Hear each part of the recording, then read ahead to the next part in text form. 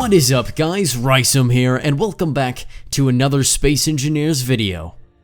Now, I don't usually make videos on updates, though this Thursday the developers released some footage, and I simply couldn't resist.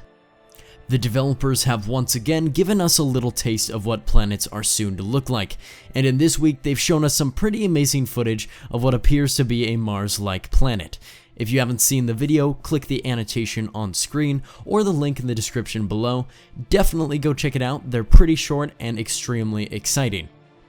Anyways, what I wanted to talk about today was the different kinds of biomes and the different terrain that we've been informed of so far.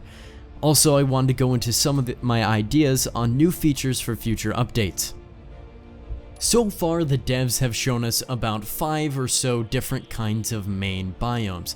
These are including grassland and forest biomes, both icy and snowy biomes, dry kind of barren biomes much like the Mars one we saw in this week's video, and also a deserty kind of sandy biome. One question that I immediately came to in my mind was of temperature. With all these different kinds of planets on their way, are the devs planning to add temperature as a kind of survival aspect? Now, I can understand how this may be a bit much for some people, though I feel like it would really add an extra sense of immersion. Perhaps the addition of temperature could lead to different kinds of suits and/or systems to keep your player warmer and/or cooler depending on the environment. For example, if you're on an icy planet like Hoth from Star Wars, you would need to have a heating and/or insulation system to keep your character nice and toasty. Perhaps a new kind of heater or temperature block could be at play here. Now, temperature isn't the only thing I'd like to discuss. One thing I'd also like to talk about is the possibility of more realistic atmospheres. I know that the developers have made it clear that atmospheres are not their highest priority right now, at least, though I believe that they can open up a completely new aspect of the game.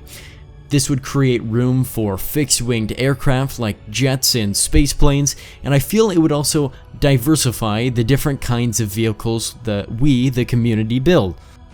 In fact, our fellow space engineer Digi has created some amazing wing models which serve as perfect proof of concepts for planes and gliders. He's done some amazing work with them, so if you want to download the wings and give them a little spin for yourself, check the link in the description below. Not only would realistic atmosphere give us planes, it would also prompt the design of awesome devices such as parachutes, which would be a perfect addition for, say, drop pods, escape capsules, even space capsules, or whatever your mind can dream of.